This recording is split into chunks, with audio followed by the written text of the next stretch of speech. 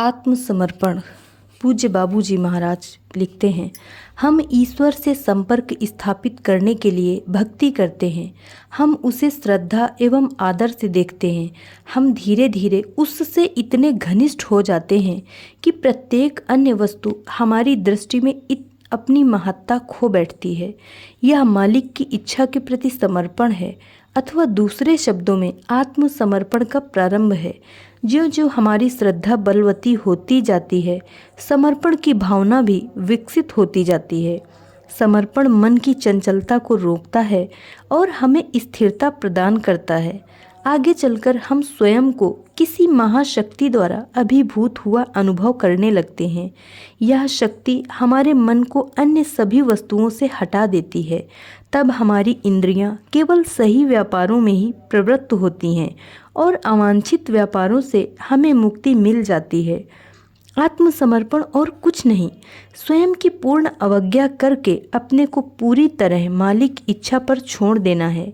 इस दशा में स्थायी निवास होने पर अभ्यासी में आत्मनिषेध का आरंभ होता है। जब हम अपने को मालिक के प्रति समर्पित करते हैं तो उससे एक उच्चतम दैवी शक्ति धारा खींचना प्रारंभ कर देते हैं। इस दशा को पहुंचा हुआ मनुष्य वही सोचता अथवा करता है जो उसके मालिक की इच्छा होती है। वह संसार की किसी वस्तु को अपनी नहीं समझता, अपितु सब कुछ मालिक की पवित्र धरोहर मानता है और सब काम मालिक की इच्छा के अधीन हो जाते हैं। समर्पण का एक सुंदर उदाहरण दशरथ पुत्र भरत ने हमारे सम्मुख उपस्थित किया है।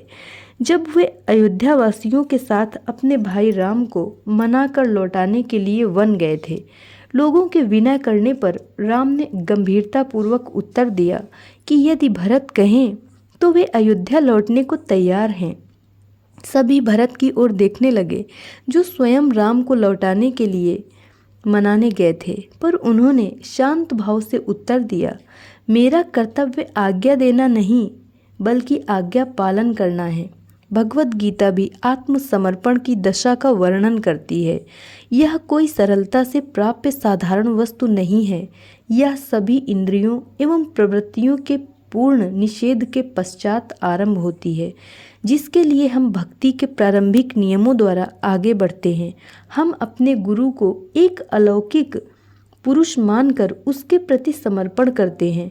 हम उनके ध्यानाकर्षण और अनुग्रह प्राप्ति के लिए हर संभव प्रयास करते हुए उन्हें श्रद्धा और भक्ति से प्रेम करते हैं। केवल अपनी सहूलियत के लिए उनसे कोई सांसारिक संबंध जोड़ लेते हैं। हम उन्हें माता पिता, भाई, मालिक अथवा प्रेमी तक मान लेते हैं। यह विधि यदि सच्चे ढंग से अपनाई जाए तो शिष्य के लिए बड़ी लाभदायक होती है। इस प्रकार स्थापित आकर्षण का दृढ़ संबंध उसे भक्ति एवं समर्पण की अवस्था की ओर ले जाता है। मेरे विचार में माता के रूप में गुरु की कल्पना एक शिष्य के लिए सबसे उचित एवं लाभदायक है। माँ तो प्रेम एवं स्नेह की साक्षात मूर्ति है। केवल माँ का ही हृदय धैर्यपूर्वक बेटे के द्वारा दिए गए सभी दुख दर्दों को सहन कर सकता है और साथ ही साथ अपने पुत्र को सुख सुविधा देने के प्रयत्न में चिंतित रहता है। यही स्थिति सच्चे मालिक अथवा गुरु की है, जो शिष्य की आध्यात्मिक माँ है। इस प्रकार गुरु सदैव अपने बच्चे रूपी शिष्य की आध्यात्मिक उन्नति के लिए चिंतित रहता है। उस परम पिता के साथ इस आध्यात्मिक माँ का घनिष्ठ संबंध है। इसीलिए शिष्य जब गुरु से प्रेम का रिश्ता जोड़ लेता है तो परम पिता का ध्यान भी अपनी ओर आकर्षित करने में अनायास सफल हो जाता है। माँ का स्नेह सर्वविदित है, परंतु लोग गुरु के स्नेह को कम ही जानते हैं और ईश्वर के स्नेह को उससे भी कम। माँ तथा सच्चे गुरु के कार्य लगभग एक से ही है। माँ कुछ निश्चय समय के लिए बच्चे को अपने गर्भ में रखती है। गुरु भी अपनी आध्यात्मिक संतान को कुछ समय के लिए अपने मनस में धारण करता है। उस समय शिष्य गर्भस्थ बच्चे की भांति गुरु के विचारों की आध्यात्मिक लहरों से पोषण पाता है और उससे शक्ति खींचता है। समय पूरा होने पर वह दिव्य संसार में जन्म लेता है और वहीं से उसका स्वयं का आध्यात्मिक जीवन प्रारंभ होता है। यदि शिष्य अपना सब कुछ समर्पित कर गुरु के मन क्षेत्र में प्रवेश करता है तो उसे दिव्य संसार में भेजने के लिए केवल 7 मास लगते हैं। लेकिन सामान्यतः इस प्रक्रिया में काफ़ी समय लग जाता है, क्योंकि शिष्य गुरु के मना क्षेत्र में रहते हुए भी स्वयं अपने विचारों एवं भावनाओं के प्रति सचेत बना रहता है। इस प्रकार हम देखते हैं कि गुरु की स्थिति बिल्कुल माँ के सदृश है। आध्यात्मिक माँ के रूप में गुरु की धारणा हमारे अंदर प्रेम, आदर तथा समर्पण की भावनाएं उत्पन्न करती है, जो आध्यात्मिक जीवन की प्रमुख आधारशिलाएं हैं। ऋषियों ने शिष्यों को 2 प्रमुख श्रेणियों में विभक्त किया है, मनमत तथा गुरुमत। पहली में वे हैं जो गुरु के पास कोई विशेष सांसारिक उद्देश्य जैसे भौतिक दुखों से मुक्ति, धन की इच्छा इत्यादि लेकर जाते हैं। वे केवल उस समय तक उसके अधीन रहते हैं जब तक उन्हें अपनी इच्छाओं की पूर्ति की आशा रहती है। जब उन्हें उसमें निराशा मिलती है तो वे भाग खड़े होते हैं। ऐसे शिष्यों के लिए आज्ञाकारिता एवं अधीनता का प्रश्न ही नहीं उठता। समर्पण की कौन कहे। गुरुमत शिष्य वे हैं जो अपने गुरु की आज्ञा मानते हैं और हर संभव उपाय द्वारा उसकी इच्छा के अधीन रहने का प्रयत्न करते हैं। अधीनता आज्ञाकारिता से प्रारंभ होती है। आध्यात्मिकता में जब हम उच्च स्थिति प्राप्त गुरु की महान शक्तियों से अत्यंत प्रभावित होते हैं तो हम उसकी आज्ञाओं का पालन करने के लिए अंदर से झुकाव महसूस करते हैं। परंतु बहुधा यह प्रभाव हमारे ऊपर उसी समय तक रहता है जब तक हम उसके सम्मुख रहते हैं, और जब हम दूर होते हैं तो हम उसके प्रति असावधान अथवा उदासीन हो जाते हैं। कुछ समय तक उस महान आत्मा का बारंबार का संपर्क हमें उसके निकट संसर्ग में लाता है और हमारे हृदय पर उसकी श्रेष्ठता स्थापित होने लगती है।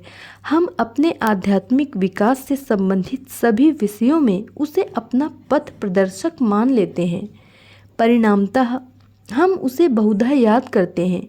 जब हम उसकी श्रेष्ठ क्षमताओं के बारे में पूर्णतः आश्वस्त हो जाते हैं तभी हमारी अधीनता वास्तविक अर्थ में आरंभ होती है। हम इसे जारी रखते हैं और निर्देशानुसार अभ्यास करते हैं। हम उसे अपने कार्यों द्वारा प्रसन्न करने की सोचा करते हैं। हमारे हृदय में उचित अनुचित का विचार भी प्रमुखता ग्रहण करना आरंभ कर देता है और हम बुराई से दूर रहने की सोचने लगते हैं। हम सद्गुणों का पल्ला पकड़ते हैं जिससे हम अपने गुरु को प्रसन्न कर सके। यह हमारा मूल उद्देश्य है, क्योंकि हम अपने आगामी जीवन के दुख से बचना चाहते हैं। पर जब तक हम निर्णय करने का अधिकार स्वयं अपने तक ही रखते हैं, हम अपने सभी कार्यों के लिए, चाहे वे अच्छे हों या बुरे, उत्तरदायी हैं। आत्मसमर्पण की कुछ ऊंची अवस्था पर ऐसी निर्णय बुद्धि लगभग समाप्त हो जाती है और मनुष्य प्रत्येक कार्य मालिक की इच्छा समझकर करता है। उचित अनुचित का प्रश्न उसके मन में बिल्कुल उठता ही नहीं, क्योंकि यह बिल्कुल निश्चित हो जाता है कि गुरु की इच्छा के अधीन रहकर वह केवल उचित कार्य ही कर रहा है और वास्तव में वह उचित के अतिरिक्त और कुछ नहीं करता, क्योंकि वह उसे मालिक की इच्छा समझता है। हर आदमी के दुख दर्द की अपनी राम कहानी होती है। मेरी भी अपनी एक है, वह औरों से दूसरे ढंग की है। जब भाग्य की मुझ पर कृपा हुई तब मुझे मालिक के चरणों की शरण मिली और मैंने अपने आप को पूरी तरह उनकी इच्छा के हवाले कर दिया। बहुत शीघ्र मेरे मन की स्थिति कुछ विचित्र सी हो गई, जो बहुत समय तक उसी तरह बनी रही। कुछ समय बाद उसने एक तरह की बेचैनी और दर्द का रूप ले लिया। यह दर्द धीरे धीरे इतना अधिक बढ़ गया कि यदि वह ऐसे व्यक्ति को होता जिसे आध्यात्मिक स्पर्श न हुआ हो तो वह ज़रूर आत्महत्या करने पर उतारू हो जाता। परंतु मेरे अंतरतम में एक ऐसी भावना घर किए हुई थी कि भगवान तेरी इच्छा के अनुसार ही सब होवे। वही मुझको सहन करने का साहस और सांत्वना देती रही। लोग शांति के लिए लालायित रहते हैं, फिर कौन उन्हें लक्ष्य की प्राप्ति के लिए बेचैनी भरी तड़प की ओर प्रेरित करे। मैं आपको विश्वास दिलाता हूँ कि इस बेचैनी का आकर्षण शांति से बहुत बढ़ा चढ़ा कर है। जिस शांति की लोग चर्चा करते हैं उसे पाना भी एक ऊंची उपलब्धि हो सकती है। ध्यान के दौरान हर अभ्यासी को इसका स्वाद मिलता है, पर इससे यह प्रकट होता है कि उसका भी कहीं न कहीं केंद्र बिंदु अवश्य होगा। जब बेचैनी अपनी उच्चतम सीमा तक पहुंचती है तो वह शांति के प्रारंभ की पहचान कराती है। जब कोई अपने को छोटा और नीचा समझता है तभी वह उच्चता के शिखर तक चढ़ सकता है। विनय से जो सिद्ध हो सकता है वह धृष्टता से कभी नहीं मिल सकता। इसलिए व्यक्ति को अपने महान गुण को कभी नहीं छोड़ना चाहिए, चाहे वह छोटा हो या बड़ा, उच्च वर्ण या नीच जाति का, ब्राह्मण या शूद्र। ईश्वर की कोई जाति सामाजिक भेदभाव कुछ नहीं है।